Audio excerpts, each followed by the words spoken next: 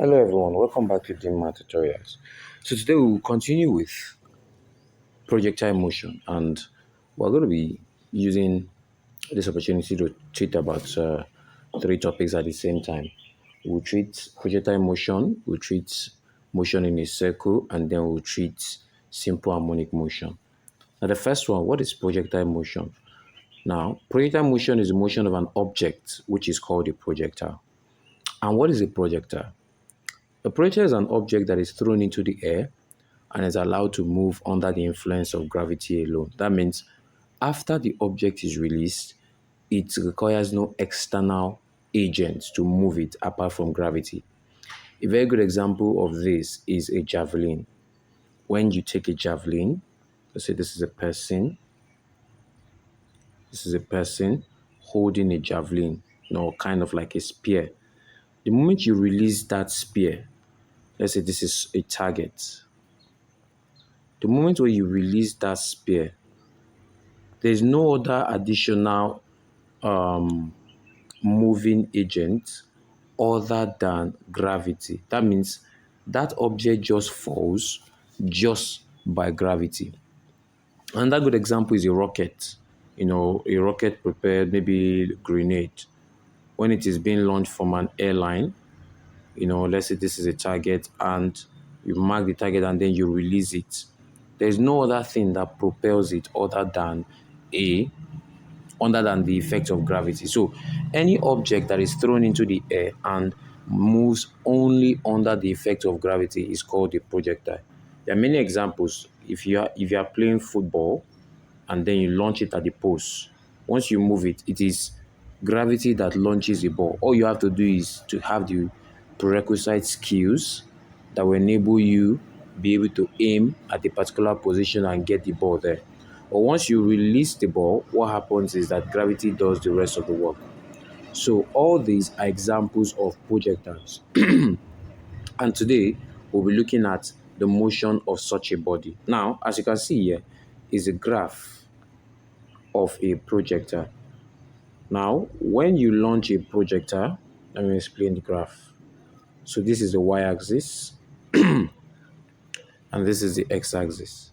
So when you launch, for example, a ball at an angle theta to the horizontal, you have the horizontal component, which is called ux, and you have the vertical component, which is called uy. Now, the ux, which is the horizontal component, is given by u cos theta. Now, let me quickly explain that. Let's say if you have this, let's say this is a vector v, x-axis is the horizontal component, right? Let's call the angle theta.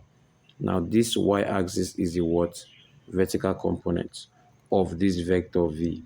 Now, to get the horizontal component, this is a right angle triangle. Here is called the opposite because it is opposite the angle. Then the side opposite your 90-degree here is called your hypotenuse. So v is hypotenuse. So that means your vx is your what? Adjacent side. So what relates adjacent with hypotenuse? Adjacent with hypotenuse is related by car. So that means cos theta is equal to that adjacent, which is vx, over hypotenuse, which is v. So that means that the vertical component vx is equal to v cos theta. And so that's how the horizontal component of any vector at all is given by v cos theta. All right. So moving on. So when you launch a projectile, let me clean the rest.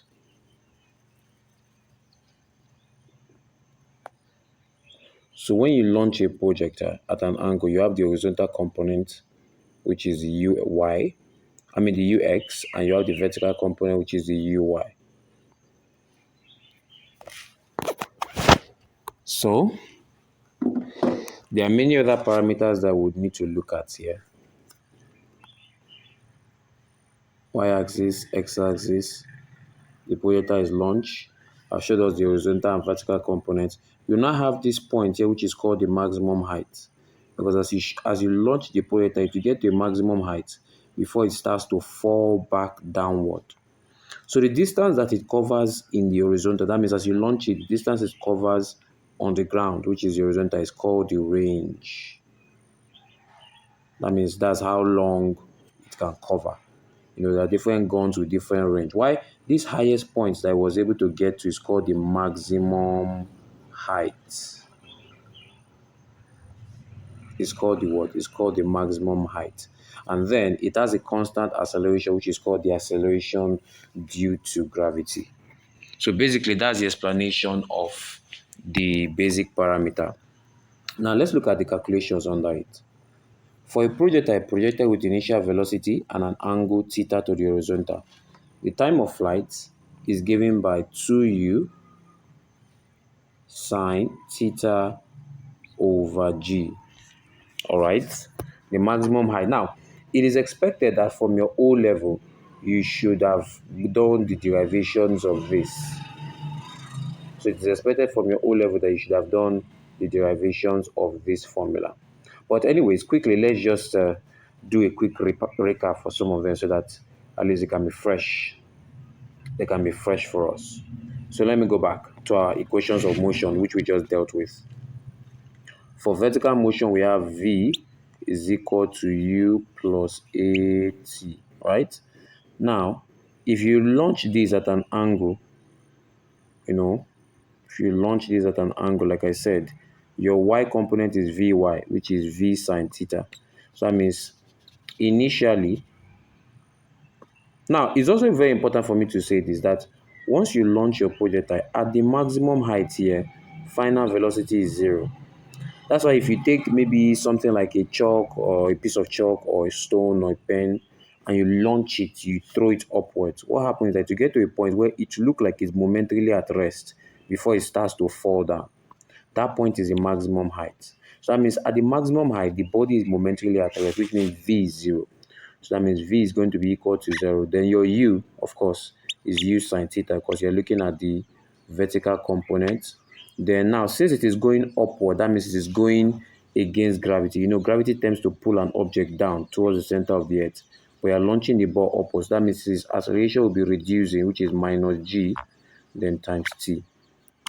So from here now, we can now have GT is equal to U sine theta. And then from here, we now have T is equal to U sine theta over G. But then we know that time taken to reach maximum, this is the time taken to reach maximum height, right? But the time of flight, which means to go up and come down, it will be the same time that it takes it to go up, is the same time to take it to come down. So that means your time of flight will be twice the time taken to reach that maximum height, because that's the same time it will use to come down. So it will be 2u sine theta over g. So that's how this particular formula came about.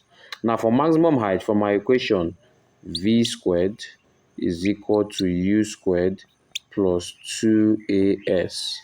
We have at maximum height, remember, final velocity is 0. So I have 0 is equal to u squared. You're looking at horizontal vertical component, which is u sine theta squared. But don't forget, this body is going upward, so its acceleration is going to be what? Negative. So it's going to be minus 2. A is minus. A is becoming minus G. That's why it is minus here. Then S is the height, which is H. So from here now, if you move 2GH, it is negative. You move it to the other side, it becomes positive. So I now have 2GH is equal to, now let's open this. This is U squared sine square theta. And so from here, H, which is the maximum height, is U squared sine square theta over 2G. So this is the formula for your maximum height. So it is expected from your O level that you should know this. Now, it is also important to know the formula for your range. Your range is equal to your horizontal distance. Remember, from our graph, I said that the distance covered in the horizontal is your range. So let's draw the graph again. after projecting that body, you have the distance covered on the x-axis as your range. And so that means range basically is distance. And one thing we know is that speed is equal to distance over time. Speed is equal to distance over time. And now, since we're looking at the horizontal component, that means the speed you're looking at is the horizontal component of the speed. So it's going to be u cos theta is equal to distance, which is your range, over time.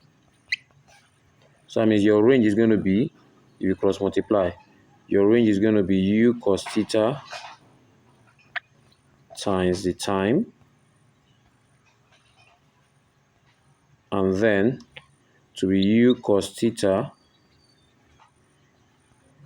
times, now what is the formula for time of flight? It is 2u sine theta over g. We just got that, just in case you're wondering. We just got the formula for time of flight here, where we got t is equal to u sine theta, and I told you that the time of flight is going to be the same time it takes that projectile to go up and then return down. So time of flight is 2u sine theta over g. So applying it to my formula for range here, so if I multiply now, I'll have 2 is here, so I leave 2. U times u gives me u squared. So I now have sine theta times cos theta, which is sine theta cos theta all over g. Now, one thing we know is that from our knowledge of double angles, 2 sine theta cos theta, 2 sine theta cos theta is equal to sine 2 theta. So that means this 2 sine theta cos theta, I'll have u squared still remaining to be u squared. Then 2 sine theta cos theta is what? Sine 2 theta. Then all over the g here. And that will be the formula for our range. So these are all the formulas that we need. So I just decided to do a quick example so that we can be able to refresh our memory, just in case it's been a while. But basically, the proof is not required by JAMB, but it's a good thing to know it just in case you forget the formula so that you can derive them again. So they are just 3 formulas for you to know. Formula for time of flight, which is 2u sine theta over g. Formula for maximum height, which is u squared sine squared theta over 2g. And then formula for range, which is u squared sine 2 theta over g. So with practice, you'll be able to remember the formulas. Now, maximum range occurs when what? When theta is what? Is 0. Maximum range occurs when theta is 0. How does that occur again? Let me also derive that. You know, maximum value for sine theta is what? Is 1, which is sine 90 degrees. That's the maximum value for sine theta. So that means here is sine, here is sine. So that means 2 theta is equal to 90. So 2 theta is equal to 90. So to get the value of theta there, I divide both sides by 2, which will give me that theta is equal to 45 degrees. Now, many people know this, but they don't know what it means, or they cannot interpret it. Now, that means if you want to launch an object, let's say this is you, hopefully that's not you. So if you want to launch an object, let me change the color.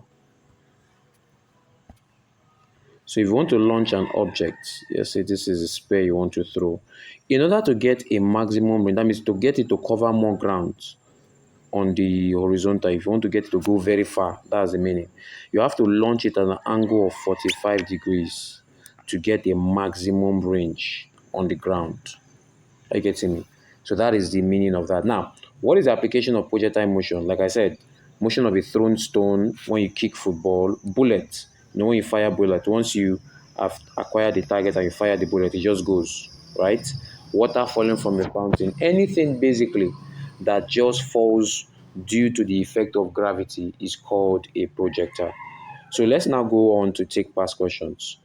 Let's go on to take past questions. Okay, before I even do that, let me also go to motion in a circle. Like I said, we are going to be using one stone to kill two birds. Oh, first, let's take a question. Let's take a question first. So, when we're done with this, it's already just easy for us to apply what we just learned. It's very, very important for us to apply what we just learned so that we can be able to know if we really got it.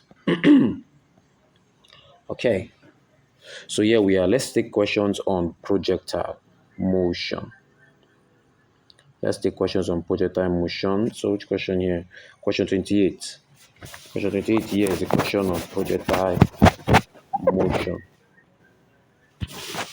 So let's take it. It says that a stone Q is thrown with a velocity at an angle of 75 degrees to the horizontal. So we have theta is 75 degrees to the horizontal.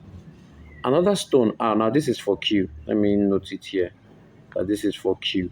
Now another stone R, that means another stone R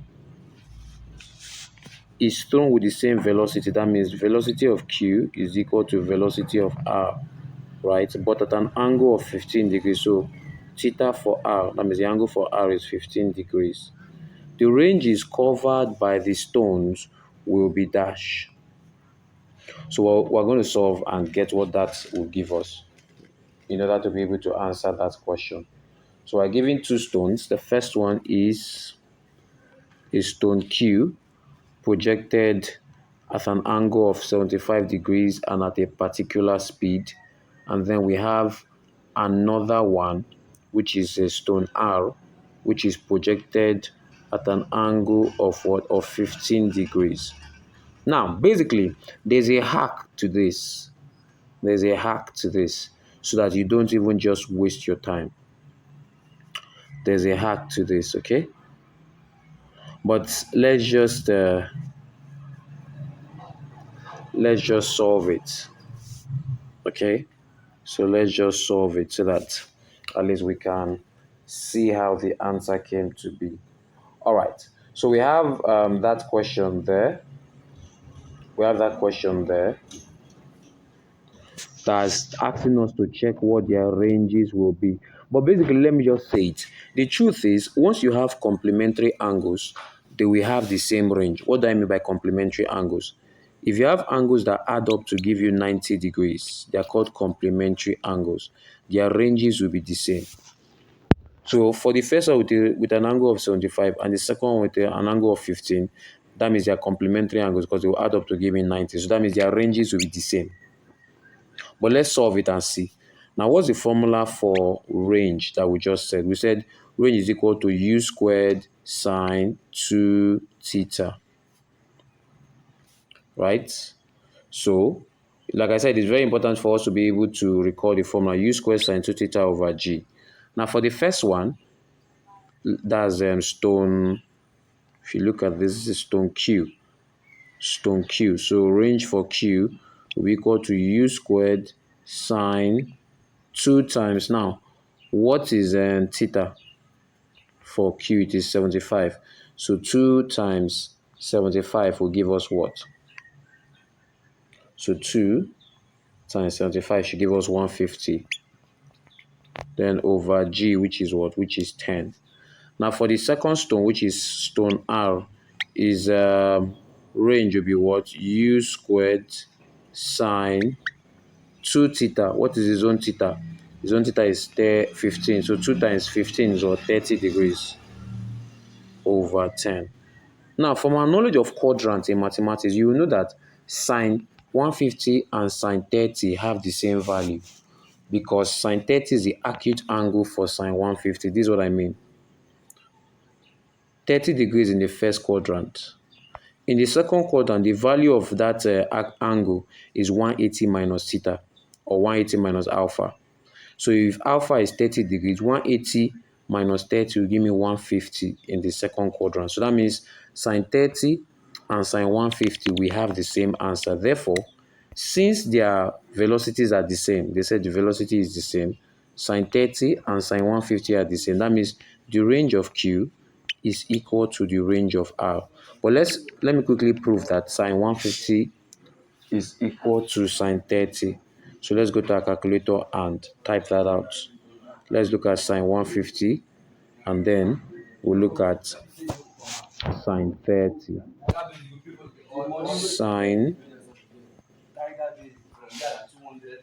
Sine 150. As you can see, sine 150 is giving us half. Let's see sine 30. Sine 30 also is giving us half, so you can see that. But by your knowledge of mathematics, it just helps you to arrive at the answer quickly. So that means, now remember the hack I said. Once you have objects with the same velocity and that are launched at complementary angles, their ranges will be the same. All right. So moving on to the next question on projectile, question 31. Question 31 says that a body is projected with a velocity of, wait, where am I? Yeah, 31. Says a body, or an object rather, I'm already reading a body. An object is projected with a velocity of 80 meters per second. So let's look at it. The initial velocity is 80 meters per second at an angle of 30 degrees to the horizontal. So the angle is 30 degrees to the horizontal. The maximum height reached is dash. Now, basically, what's the formula for maximum height? It is u squared sine, right? Remember, you must always be trying to recall this formula.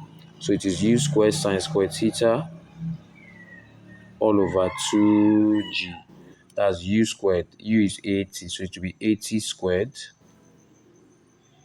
sine squared theta, which means sine of whatever angle squared. And this angle is 30 degrees all over 2g. Now, did they give us what to use for g? They didn't give us. So basically, we use 10. Whenever we are not given, we will use 10. So it will be 2 times 10. So it will be 80 squared, which is 6,400. Now, sine 30, which is being squared, is half. Sine 30 is half, so I'll square it all over. 2 times 10 here will give me 20. So 2 can go here. And then 2 can go here to give me 320. So it will be 320 times. Now, let's take 1 over 2 squared. 1 squared is 1. 2 squared is 4. So to give me 4 here is what? 80.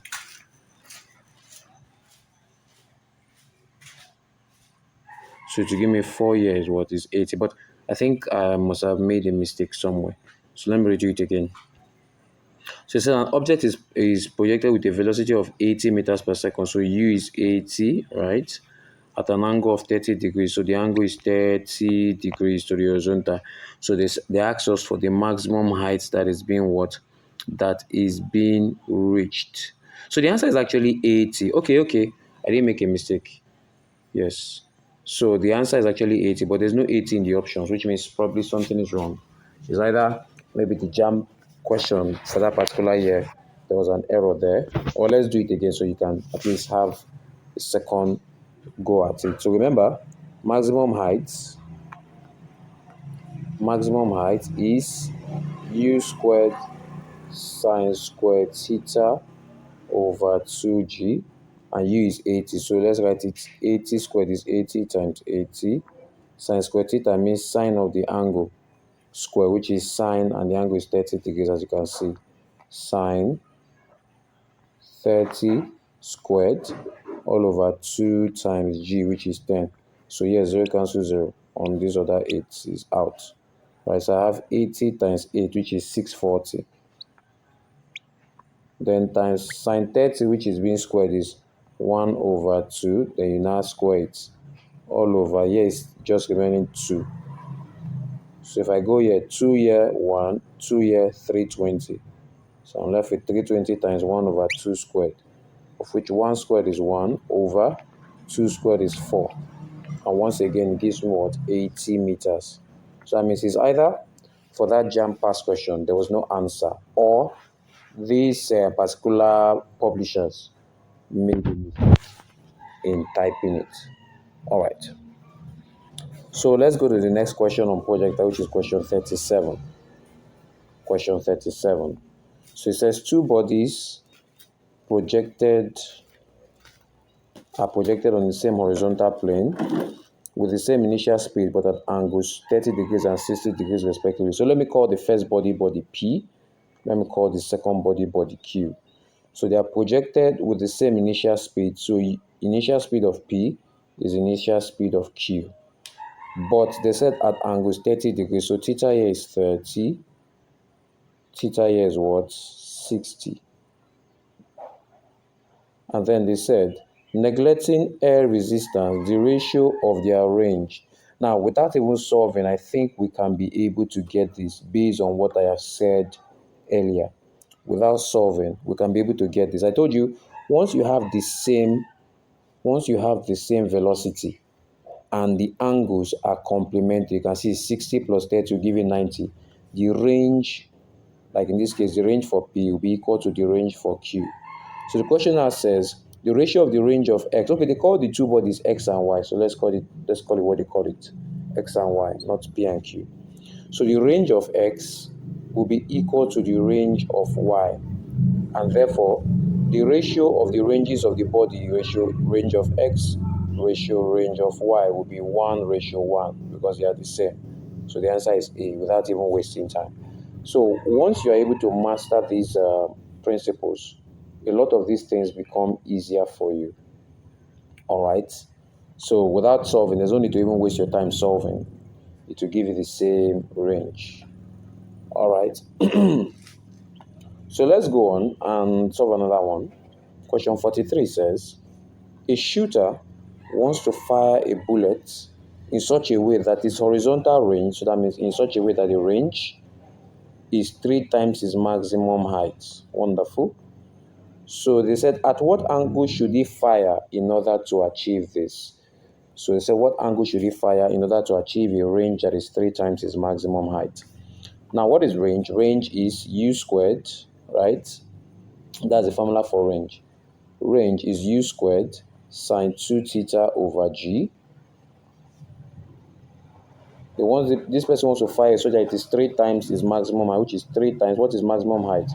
U squared sine squared theta over 2G.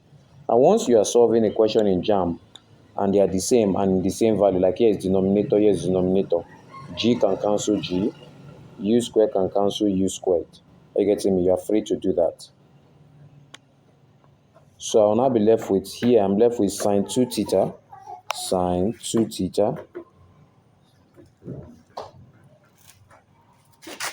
is equal to 3 sine squared theta is equal to 3 sine squared theta over what I'm left with here is 2, right? Because here U squared cancels U squared, G cancels G. So I have sine 2 theta, which is here, 3 sine squared theta over 2. So you can cross multiply. If you cross multiply, you have 2 sine 2 theta is equal to 3 sine squared theta.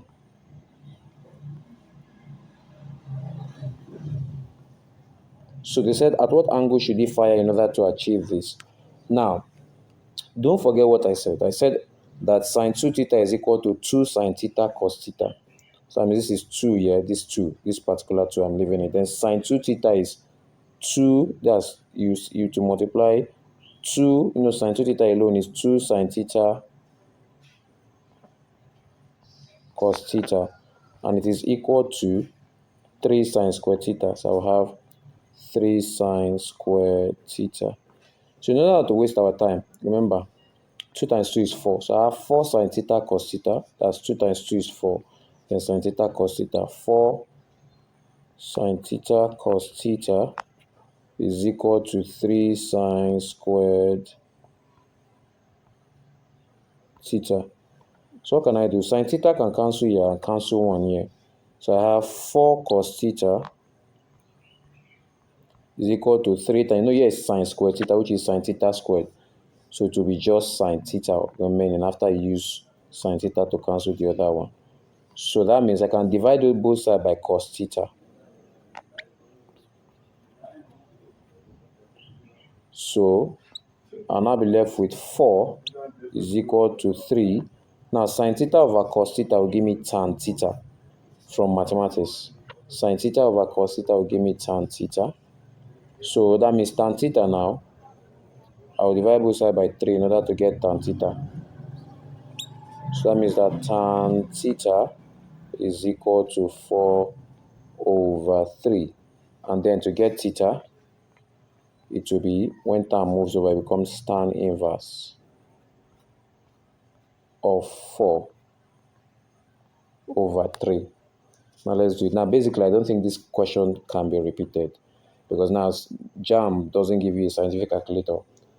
All right, so since JAM doesn't give you a scientific calculator, I don't think this particular type could be repeated because it's not a special angle that you can get without using your scientific calculator. But it's a good question for you to practice. So I have, let's do tan theta, tan inverse rather, of 4 over 3. And what does that give us? 53.130. So I have 53.130. So let's go back and look at our options for that particular question. What question was that? That should be 43.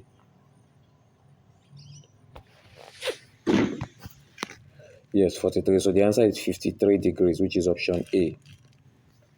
The answer is 53 degrees, which is option A. All right. Now, basically, questions on that project are not much. I think there's just one more. Let's see. I think it's just one more that's remaining.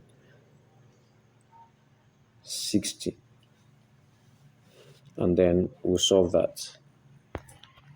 Now, question 60 says, a projectile is fired from ground level with a velocity of 300 meters per second. So a projectile is fired from ground level with a velocity of 300, with a velocity of 300 meters per second. Let me solve it in a new page. With a velocity of 300 meters per second. So that means its initial velocity is 300 meters per second. Its initial velocity is 300 meters per second. Let me write that out. At an angle of 30 degrees to the horizontal, calculate the time taken to reach maximum height. Now remember, I've already done that, but let me do it again. V is equal to U. At maximum height, final velocity is 0. Because when you throw the body, it gets to the maximum height, it will momentarily be at rest before falling down. Remember that. So V is equal to U plus AT. Now, since it is getting to maximum height, V is 0. Initial velocity is what? U sine theta, because you're throwing it vertically, so you're considering the vertical component. Then since it is going up, gravity acts downward, so its acceleration will be reducing, because it is going against gravity. So that's why it will slow down till it gets to that maximum height where the velocity is 0, and then to start falling back, then times t. So moving this gt to the other side, you have gt is equal to u sine theta, of which the time taken to reach maximum height now will now be u sine theta over g. So let's go. What is u? U is 300. So I have 300 sine, what is theta? Theta is 30 degrees, as you see here, over g, which is 10. Once you're not given, use 10. Now sine 30 is half, so I'll have 300 times sine 30, which is half. Then don't forget you are dividing by 10.